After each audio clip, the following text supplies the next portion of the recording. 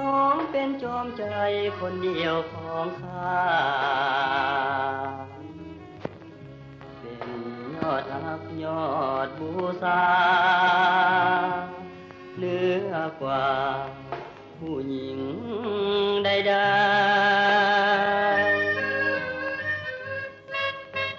ยามจน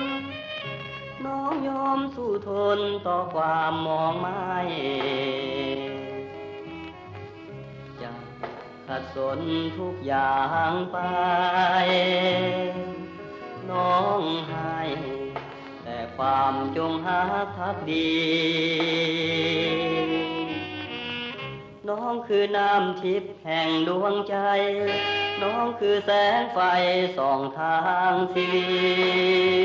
ตสมคำที่เป็นกุลสตรี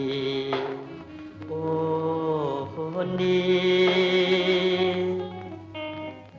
น้องคือจอมใจคนจนจอมใจน้องมีน้ำใจประเสริฐเหลือล้นเพื่อยอดหญิงข้าจะทน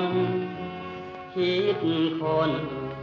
สร้างตนให้สมจอมใจ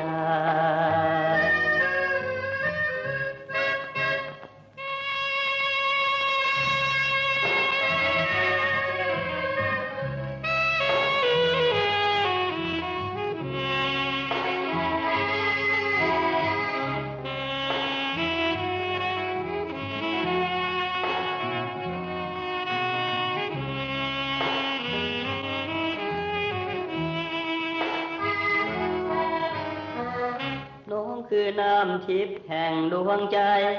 น้องคือแสงไฟส่องทางชีวิตสมคำที่เป็นกุลสตรีโอ้คนดีน้องคือจอมใจคนจนจอมใจน้องมีน้ำใจประเสริฐเหลือล้น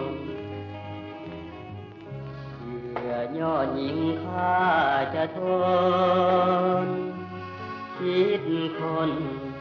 สร้างตนให้สมจอมใจ